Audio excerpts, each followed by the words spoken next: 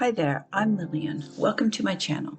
Here I talk about what it's like to wake up and find out that you're married to a covert narcissist. How I was baited through love bombing, trapped by a trauma bond, blind in a kind of Stockholm syndrome for 34 years. Here I share my journey of healing that released me from captivity in hopes that God will use me as an example to any sister in Christ that might be stuck like I was, unable to tell the difference between love and abuse. That you, if it's you, will allow our God to heal and restore your feminine heart so that you'll be able to see the difference between a difficult husband and a dangerous man. Today, I want to look at being unequally yoked by contrasting what real cleaving looks like against breadcrumbing. A covert narcissist will use manufactured affection and fondness to keep you trapped and blind. You'll experience these actions in a titrated method called breadcrumbing after the love bombing ceases. To the gullible and naive, it feels like cleaving. The telltale script you'll find yourself asking is, it was so good at the beginning of our marriage, and now it's just confusing and constant fighting. What happened? I was breadcrumbed in two different ways. The end goal was the same though. Dean, my ex-husband, wanted something for himself rather than to give something to me or to the marriage or to build any of us up, including the kids. The first kind of breadcrumbing was to confuse me. He wanted to reinforce an already placed manipulation or a lie. But when I started to suspect something's not right because of some weirdness had slipped through his mask, he would drop a crumb of that original love bomb to distract me. One time when I was doing the laundry, excuse me, I found a wad of pornographic images in his pants pocket. When I confronted him with it, he got very intense, frustrated, and angry, and he grabbed it out of my hand and kind of shook it at me and said, "See the crap." He didn't say crap, he said the S-H-I-T. I see the crap I have to put up with at work. I found them in the lunchroom, and then he just stormed off. He came back about a half hour later, and he was super romantic, tender, and caring. He looked me in the eyes a lot and was really gentle and attentive. So for that sliver of time, that small segment of exchange between us, he was a decent, healthy, good husband, and I would feel loved, cherished, and connected, like he was cleaving to me. But those behaviors were the opposite of how he normally was. The second way he breadcrumbed was to extract for narcissistic supply in the form of validation, any kind of validation, to get encouragement or a compliment or to get sex or to get, well, anything he thought that I owed him, that he thought, that he believed belonged to him. Whenever he wanted something that night or later in the day, he became that super romantic, tender, attentive guy. There was this massive, positive emotional thrust into me, like he was cleaving to me. Then after he got whatever it was that he wanted, a compliment or validation or sex or agreement with some decision that he wanted me to agree with him on, then the connection turned from hot and connected to cold, and I was left feeling alone and lonely, until he wanted something from me again. As little girls, we play that game where we pull the flower petals off. He loves me not. Do you remember that? Well, the grown-up version of those questions are ugly. And actually, it's not a question. It's a statement of reality. If you're married to a covert narcissist, you've been living in a rolling cycle that's largely the "he loves me not" part, with the occasional breadcrumbs of "he loves me." Sister, he's not just a clueless or an awkward or confused, unknowing guy who happens to make your marriage difficult and dysfunctional. He is a dangerous man. Whenever he becomes hot towards you, that emotional connection that feels so good, that crumb dropped into you, it's not a genuine celebration about you or a compliment for you. It's to take something from you. You'll feel a familiar empty void, a sudden disconnection, or a lonely hollowness after you've ingested it, because the mental or physical emotional connection was strategized to extract from you, not build into you. The truth is felt in the conflict and confusion within your heart. They sit in the tension between that hot and cold. It's like you welcome the food and you eat it, but then afterwards, it's like you've eaten nothing because the food, that crumb, is not what you thought it was. Don't confuse breadcrumbing with baiting. Baiting is when the dangerous man wants to fight with you. It's still extracting from your emotions, but the jumping off point is, the purpose is to create conflict, to make you look bad. He baits you into a fight so that he can make himself look like he's your victim, and then you move to consoling him, taking all the blame. The backstory to every marriage with a dangerous man is that there's no emotional connection. There never was. What I thought was intentional and true relationship was faked connection, faked pursuing, fake interest. This is love bombing. So any interactions I experienced in the present that I thought were authentic love and authentic connection, Dean was generating out of that fake connection that was established at the beginning in the honeymoon season, when his breadcrumbing was in overdrive to trap me with love bombing. Remember the repeated question I mentioned at the beginning? What happened? It was so great at the beginning, and now it's just painful garbage.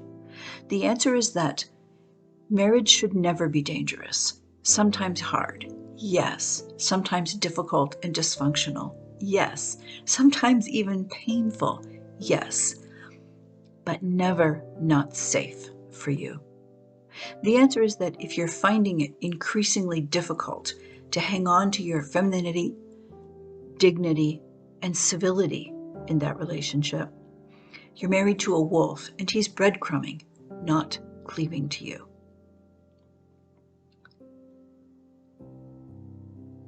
The purpose behind love bombing is to create specific stores inside your heart, heightened emotions manufactured during the honeymoon season. Then, for the rest of the marriage, those emotional stores become extraction points. The past is not an environment that's expanding, always increasing by reciprocity and collaboration, creating forward growth and maturity to create a positive present that moves into a future. This is a healthy relationship. With a dangerous man, there's no health, only fake lying, fake manipulation. The relationship that you think is being built between the two of you is, in reality, only a past emotional experience. An event that's being extracted from, so you're tricked into believing that he's cleaving in the present time. Present breadcrumbs are from that original season of love bombing, morphed into the truth of what they really are. Invisible bars for the mental and emotional cage that now, in the present, surround your heart and soul. I'm going to reframe that because it's mind-boggling to wrap your head around that a husband is actually doing that to his wife. Because, well, it's mind-boggling because it's like a maze. If a maze had a sound, what I describe in my videos is what it would be. When a woman is physically abused, you can see physical evidence. There's proof of that reality. But when your mind, heart, and soul are being deconstructed by a covert narcissist, it's not just a maze. It was a maze on the inside of my body. That makes the damage and breakage invisible to the naked eye, difficult to believe, and impossible for the mind to accept.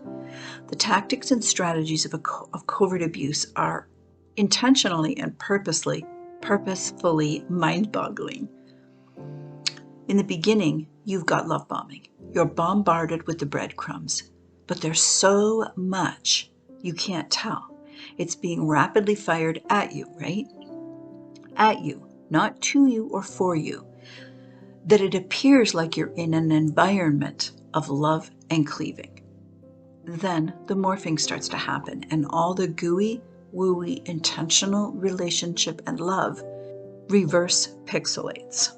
When enough time had passed, when I had given him enough information about myself by being so open and authentic in my communication, he now had all the tools he needed to begin to deconstruct my mind and heart.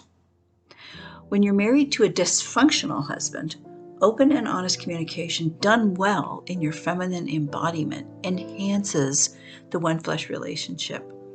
It increases clarity between you and it decreases tension, making the marriage less difficult and more fun. You've helped him achieve something he wants to. He wants to know you better. But when it's a dangerous man who finds out all about you, it's used against you instead of for you. So you've unwittingly, in your naivety, enabled him to move forward in this cycle of breadcrumbing you. And you've given him all the ammunition to do it. The disconnection you experience is the feeling of truth. You've been moved from the position of being the best thing he ever met and believing you're the woman he wants to build a life with, to the reality of being the option that only receives enough attention so that you don't leave. Breadcrumbs. You now occupy the position of the secondary source of narcissistic supply. You're only the primary source as long as you're in the love bomb phase. I felt like an automobile. There was nothing being of any kind built into the relationship. I was a strategy. Nothing more than a useful obligation, like a car that you must put gas in so that you can drive it. If you don't need to drive it, it's neglected until the time that you do need to drive it. I know it sounds so ugly, but that's the truth of how you're viewed. You only receive anything in the marriage for the purpose of serving it back to him. Cleaving is actually building a relationship where emotional and mental bonding, especially physical bonding, as in sex, is the organic end. The idea that a good or a great sex life takes work and is hard is wrong. When the sex life is surrounded with negative tension in your marriage, this is evidence of a lack of responsible relational headship. Remember, the main difference between cleaving and breadcrumbing is that you feel connected to. Cleaving begets more cleaving. It's a cycle. Cleaving creates connection points that give life to the relationship because they are building onto each other. Breadcrumbing fakes actions that seem like connection points, but you don't feel connection. You feel alone because you're being extracted from. A healthy man does actions for you because he's already cleaved to you. He's invested in you. The breadcrumbs from a wolf are events or actions done to get you to cleave to them. Those breadcrumbs. You thought when you got married, you were agreeing to buy a house, staying in that house forever and creating a home with each other and for each other. But in your reality, what you've got is a hunting shack that gets visited 2 or 3 times a year, nothing being maintained and invested into, only withdrawn from. Closing thoughts. First, shh. Don't say a word about this to him. Discovering that your husband's dangerous is a scary place to end up. It's never where you thought you'd be, and it feels like an unreality. But your silence about your awareness of what he really is, that's your safety zone. And always remember, a clueless guy that causes dysfunction and seems difficult, he's not dangerous. But the malignant man is not clueless. He just pretends to be difficult and dysfunctional so that he can hide how dangerous he is.